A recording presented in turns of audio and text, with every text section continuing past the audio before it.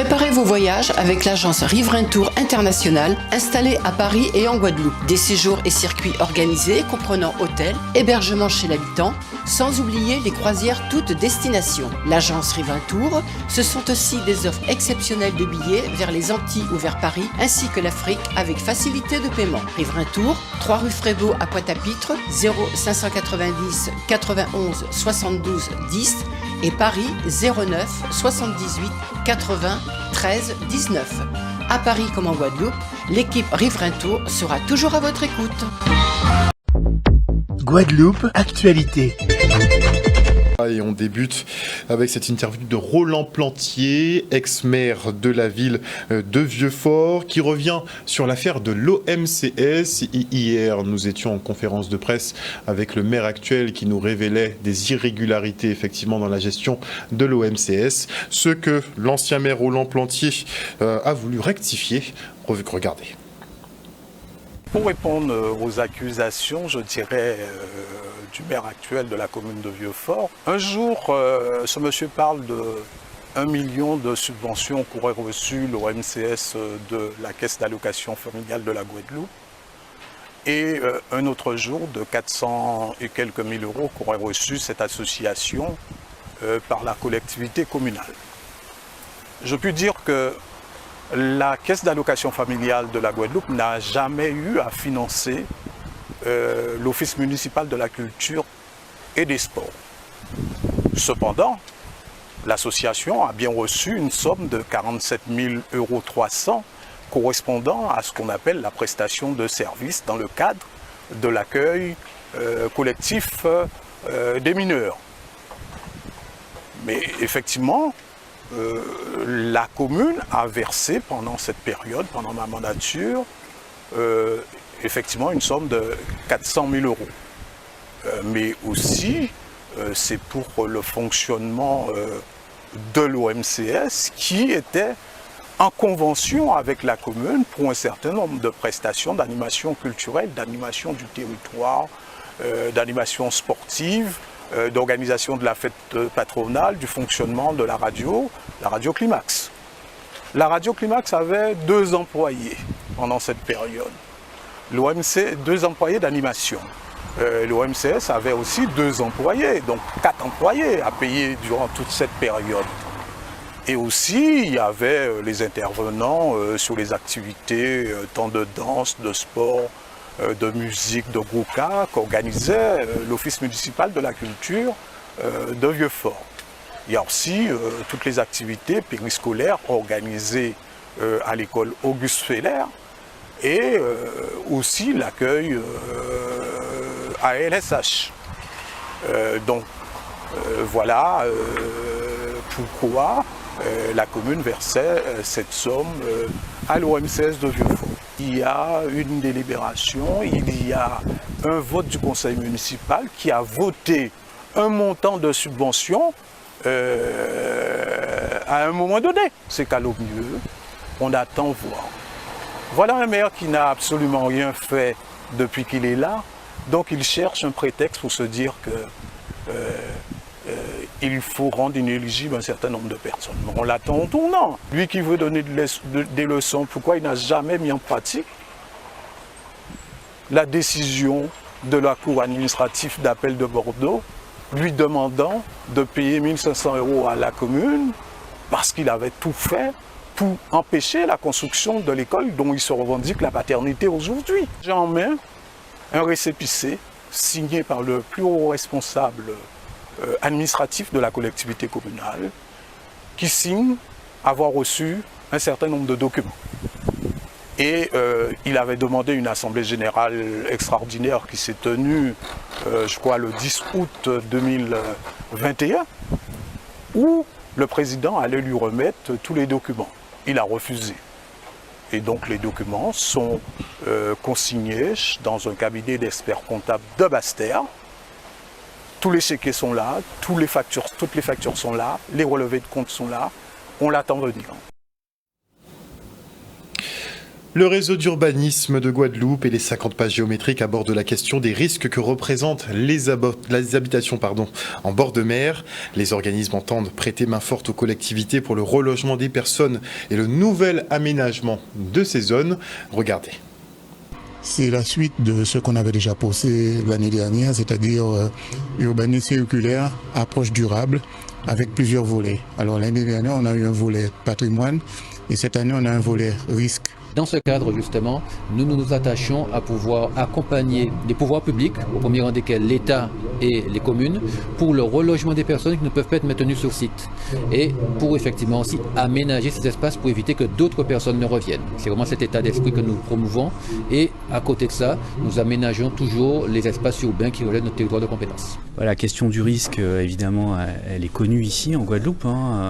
Maintenant, peut-être qu'il faut qu'on la regarde un petit peu différemment et surtout qu'on se pose la question de comment on fait, comment on réagit, comment finalement on fait la ville, on aménage nos territoires pour prendre en compte tout ça. Donc c'est un changement de pratique, c'est ce que j'appelle l'urbanisme circulaire et donc je viens en parler aussi ici.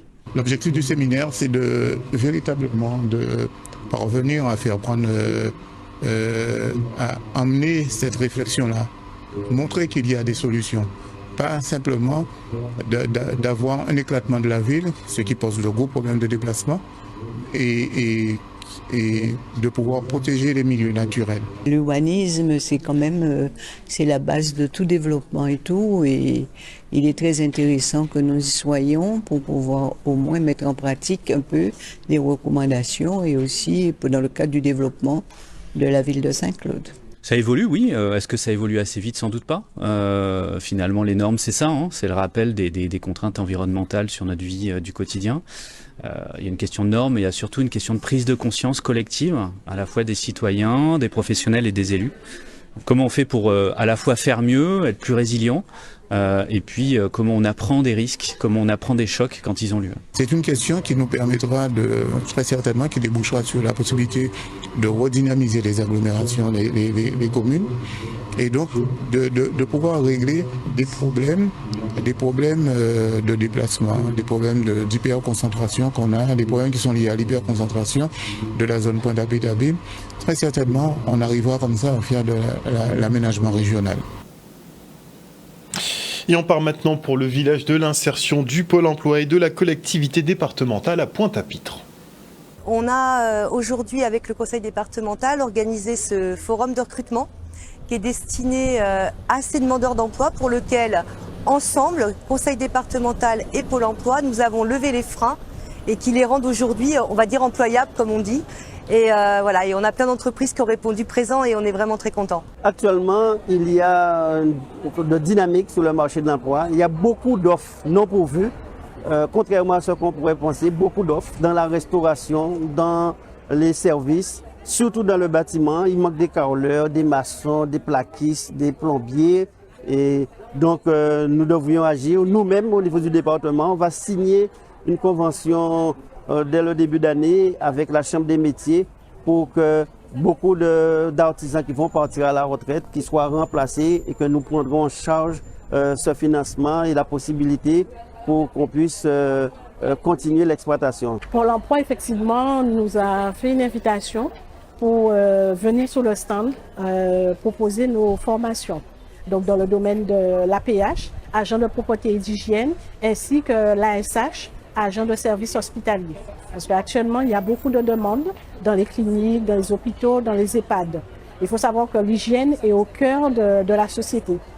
On a souvent tendance à critiquer, à ne pas aimer, mais il faut savoir que nous sommes les premiers maillons de la chaîne. C'est très important d'être sur place moi-même, puisqu'au-delà des réunions que nous pouvons faire avec Pôle emploi ou moi-même avec mes services, mais c'est une très bonne chose de voir comment concrètement les choses se réalisent, se matérialisent, et puis de voir aussi l'engagement de chacun pour que nous ayons le maximum d'insertion possible. Donc je salue tous les collaboratrices du département et de Pôle emploi et de leur implication pour que les choses s'améliorent. C'est important pour nous faire connaître, effectivement, pour savoir que ce centre existe.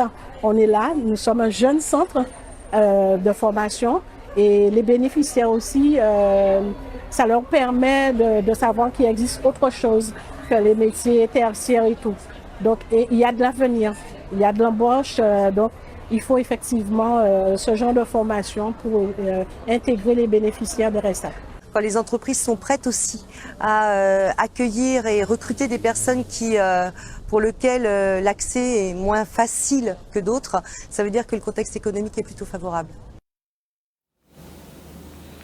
La ville de Lamentin, elle organise des ateliers duo entre parents et enfants, de quoi resserrer les liens familiaux pendant cette période de fête.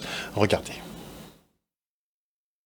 Cet après-midi, nous sommes à la salle des fêtes de Lamentin pour des ateliers en duo avec le parent et son enfant. Ce sont des ateliers que nous avons institués de mai en mai. Parce que pour cette fête de Noël, puisque cette activité lance les activités de Noël à la commune de Lamentin tout le mois de décembre qui sera très animé. Et aujourd'hui, nous sommes sur la première activité et nous avons symboliquement choisi les parents et les enfants, puisque Noël c'est la fête de la famille, le moment de partage. Et ici, nous sommes sur la parentalité en accord avec la CAF, puisque la CAF intervient aussi, participe à cet atelier. Nous accompagnons ce type de projet, c'est-à-dire des ateliers enfants-parents, pour justement permettre renforcer le lien enfants-parents. La CAF est au cœur justement de la parentalité, de faire en sorte que les enfants et les parents puissent partager des actions communes. C'est-à-dire que partager des moments en atelier, partager des moments en famille, et au-delà de ça, pour pouvoir justement renforcer ce lien parent-enfant. Nous avons 4 ateliers cet après-midi, l'atelier savon, l'atelier bougie, l'atelier fabrication de produits parfumés. Et nous avons également un atelier peinture avec un peintre assez célèbre. Et cet après-midi, ce matin, nous avons encore eu des ateliers de fabrication d'objets de décoration notamment, et nous poursuivons cet après-midi avec ces ateliers. Là, je suis venu participer en tant qu'habitant du Lamentin, je suis venu avec mon fils participer justement à l'atelier dessin qui justement permet au moment où on parle des problématiques des familles, de liens qui se disloquent par rapport à la situation des familles, ces moments-là permettent justement de renforcer le lien et de pouvoir partager des moments assez agréables avec son enfant. Ces ateliers permettent aux enfants de sortir devant les écrans, aux parents de construire avec leur enfant. Et comme à Lamentin, avec la municipalité, nous sommes beaucoup sur la parentalité pour que les enfants et les familles trouvent un équilibre sur le territoire, pour que notre famille, nos enfants, il y a des petits gens pas chaudier, pour ces petits gens à bouger, faut nous accompagner pour eux justement pas qui déposer la conti chaudier, mais permettre de grandir et vont équilibre. Pour Yopé faire des grands moules responsables, Tibouin Pita.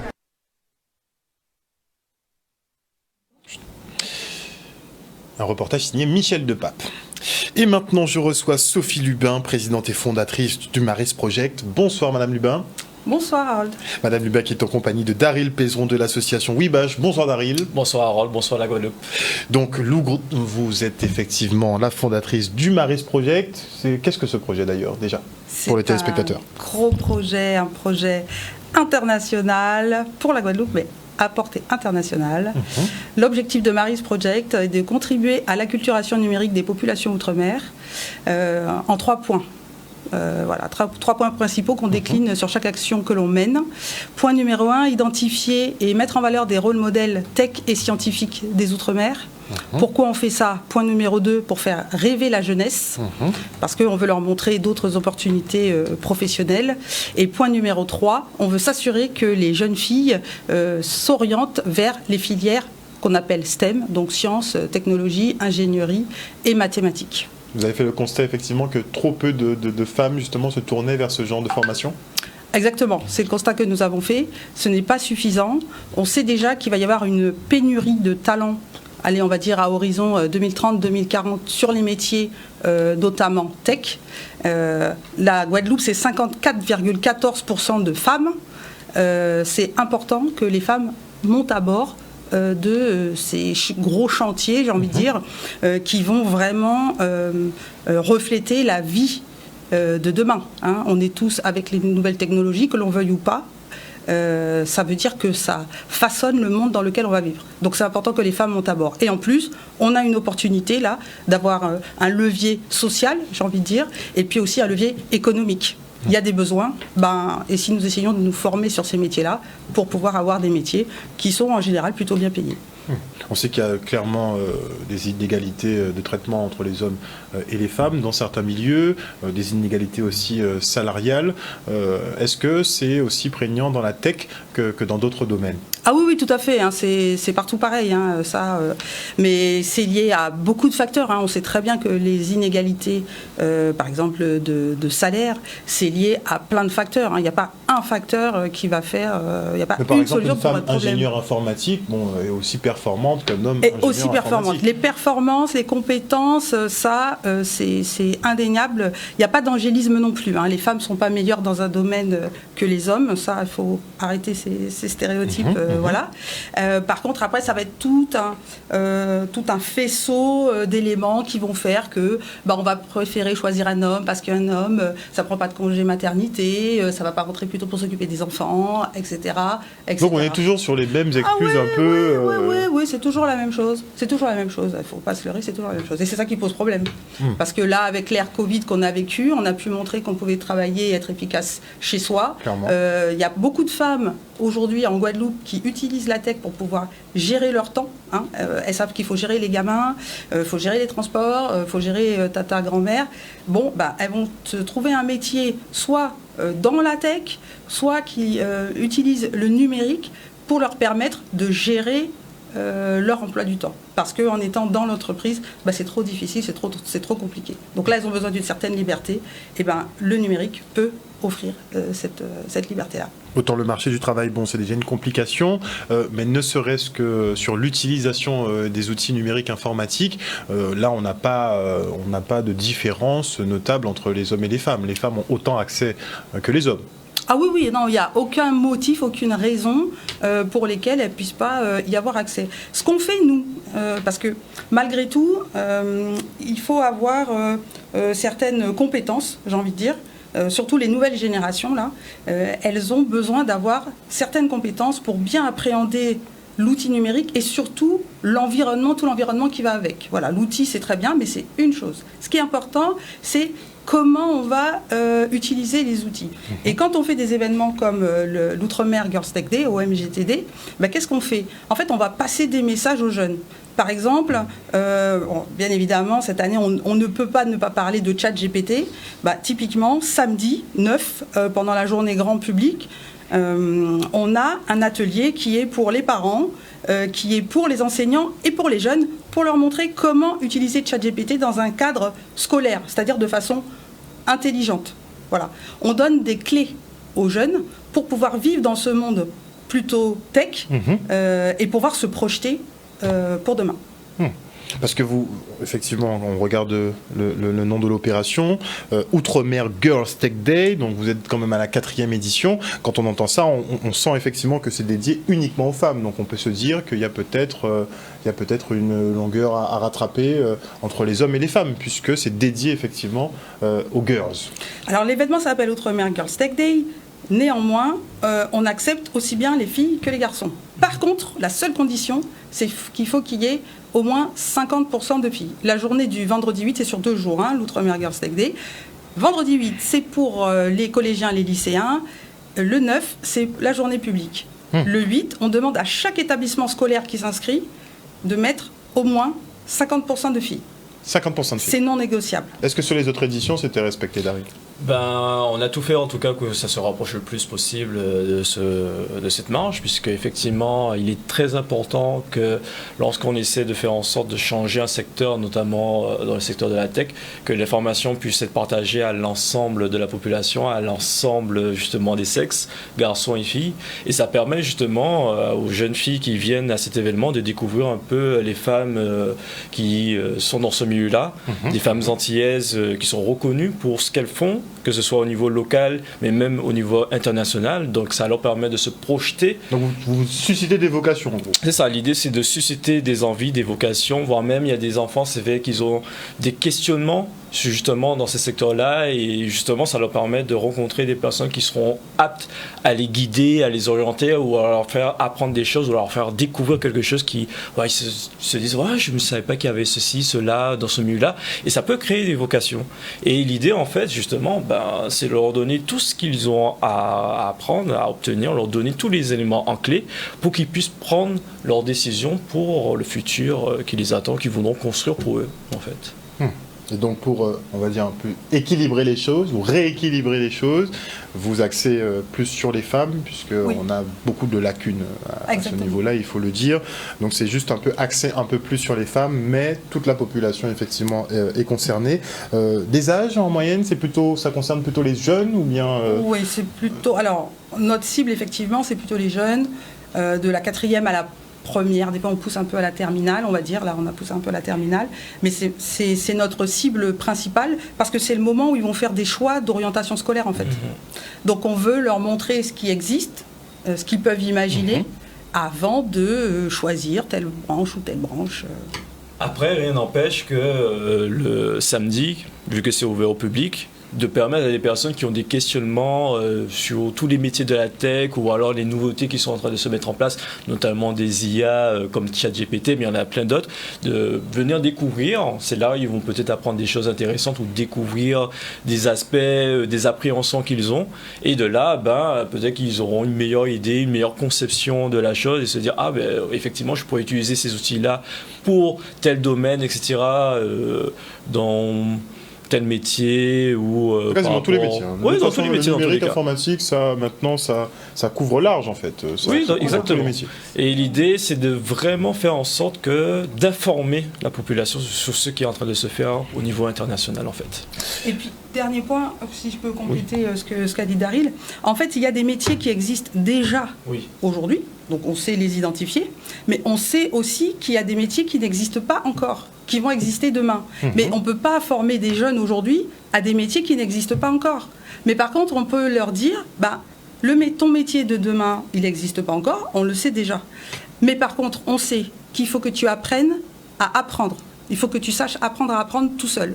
On sait qu'il faut que tu saches travailler en équipe. On sait qu'il faut que tu aies des compétences relationnelles forte. On sait qu'il faut que tu saches gérer les fake news. On sait tout ça. Voilà. Donc si tu as toutes ces clés-là, si tu as cette capacité de t'adapter, d'être flexible, d'aller chercher les infos, de partager avec les autres, parce que ça c'est super important, travailler en équipe, ça c'est crucial. Et demain, ton métier, avec ce que tu aimes, si tu identifies ce que tu aimes, tu vas trouver le métier qui te convient. Le rendez-vous est donc donné les 8 et 9 décembre prochains. Surtout le 9, parce que le 8 le 8 c'est vraiment pour les scolaires. Et le 9, c'est ouvert au grand public à l'Université des Antilles. Donc, si tu voulais donner une information ? Oui, je voulais donner une information. On fait un petit before. L'événement, donc, c'est sur 2 jours, comme on l'a dit. La journée du 8, elle est complète. On a 263. Quand on a commencé la première fois, on n'avait même pas une quarantaine de jeunes. Là, on en a 263 qui viennent, donc j'ai un petit peu la pression.